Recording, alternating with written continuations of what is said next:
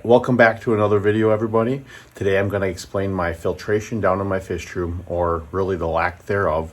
I kind of want to go in depth of the process of how I got there, where I learned it, and what I'm doing with it. So stay tuned here at Patty's Aquatics.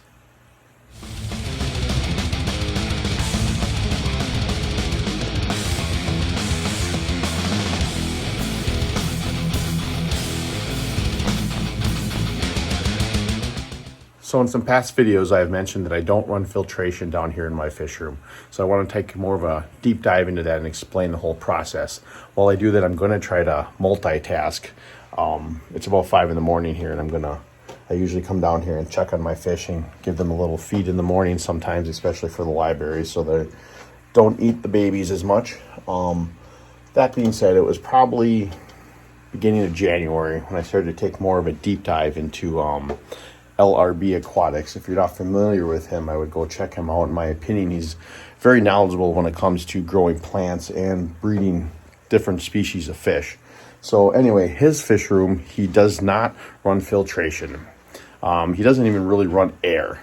So I found that very intriguing, and it was something I definitely wanted to try. Especially in this hobby, it's just, I want to try different things. So that's the whole fun of it. You want to put yourself out there and try some different things. That's kind of where it all started. So I decided to it's near the end of January, I decided to try it. But my fear was like, oh my gosh, I don't want to kill my fish. I don't want to do anything detrimental to my little ecosystems I have in here, but it's definitely something I want to try. So what I did is I just turned the air off of my sponge filters. I had sponge filters in all my tanks, and I decided that way I could just kind of monitor it in case there was issues. I could quick just plug them back in. So that's what I did with 3 tanks to start with. I tested those 3 tanks every day for ammonia, nitrate, and nitrate, fully expecting some kind of spike in one of them. I didn't. After about 3 days, I think I finally got a tiny bit of nitrite in my one guppy tank that's really overstocked. But it really wasn't bad. Like nothing to warrant really a water change. So, I did that for about a week, and everything was going good. Even with no air, I really saw no type of oxygen deprivation from any of my fish, any signs that anything was struggling or having issues. So I thought, if all my tanks are doing good like this, why can't I take them all off? So after 1 week, that's what I did. I took every tank off, no sponge filters, pulled them all out. I threw them in my goldfish pond here, just in case, as a backup, to make sure that if there was some kind of issue, that I at least had something to be able to quick throw them back on to be able to help my fish. So I tested all my tanks every day for ammonia, nitrates, and nitrites. Everything was just going very good. I was very surprised. Side note, my high-fin blue coral varieties, I finally found fry dropped in this tank, and I'm super excited. So back to the story. So everything's going great. I think this is awesome. I don't have to hear the humming noise of my air pumps anymore, feeding all my sponge filters. My utility bills will go down. My wife will be happier. So yeah, this is great. I said, this is exactly what I wanted. I wanted to be able to run all my tanks and not hear any noise down here. Well, you might hear some noise now, and I'll get into that later. And be able to have these little glass boxes of ecosystems self-contained down here that are just, I don't know, I just love that. So that was my whole goal. So everything was going great. I continued to test every day. No issues. Like I said before, I had a small nitrite spike in my Red Dragon guppy tank. That had gone away.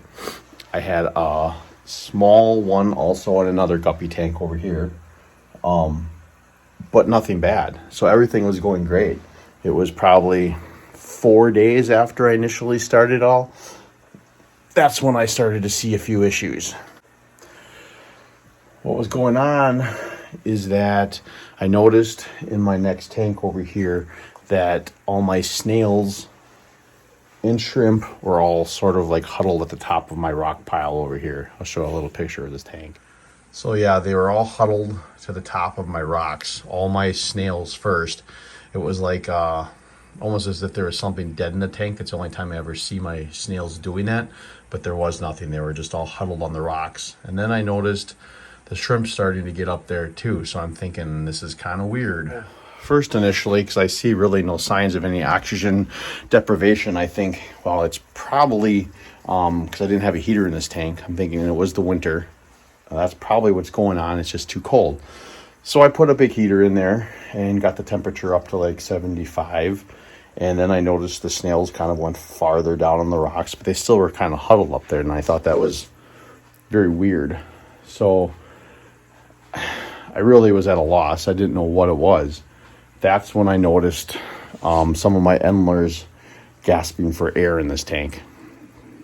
And then in this next tank here with the guppies, that's when I started noticing my guppies doing the exact same thing. I'm like, crap, I need oxygen in these tanks. I brought out the air pumps again, only 2 of them this time, and I was able to drop air lines into all my tanks. I did it to all of them instead of just the 2 that were suffering. I still don't really understand why just those 2 tanks are having issues. One of the first tanks with my red dragon guppies, that is so overpopulated, and they never had issues. So I'm still kind of at a loss at why. So I figured I'll put the airlines in, and I never really have to worry about that. They've been running like this since middle of January. So we're in April now. So that's been almost 3 months. Everything's been doing fine since I put the airlines in. Then the other weird thing is I'm really having issues of trying to keep my nitrates up. I actually have to fertilize my tanks twice a week in order to even get them to be around 10. And by doing this, I haven't done a water change in any of my tanks down here since the week before I took the sponge filters out. Typically, I always did water changes like every 2 weeks on these tanks beforehand. And I thank live plants for a lot of that. Now, my tanks are already pretty planted down here to begin with, because I love live planted tanks. But I knew going into this that if I was going to be taking my filters out, that I needed to add a lot more, because they were in essence going to be my mechanical and biological filtration.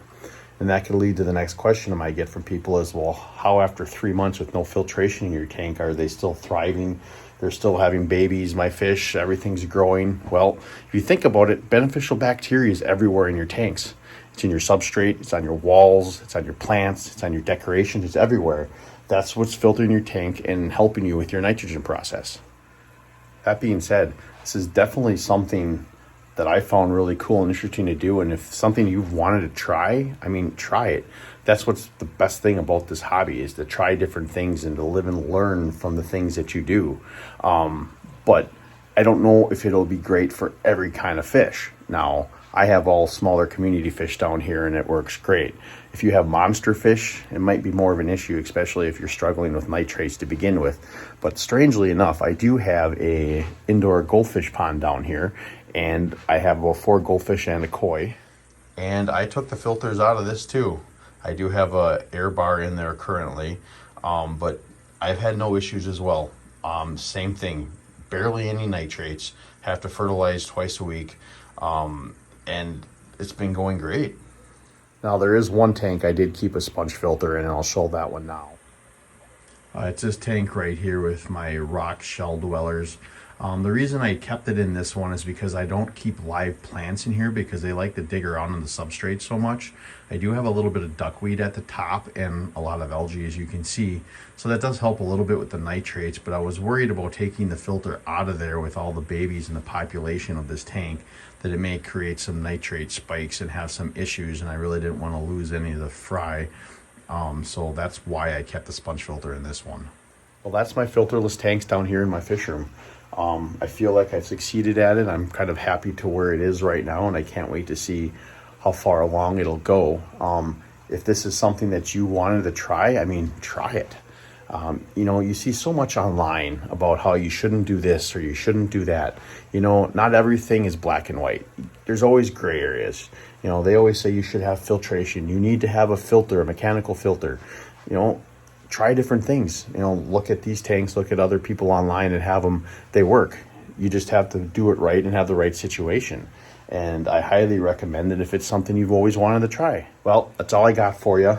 on this video with my filterless tanks. I hope it helped if you're looking into this for doing it yourself, or if you're just curious on the subject.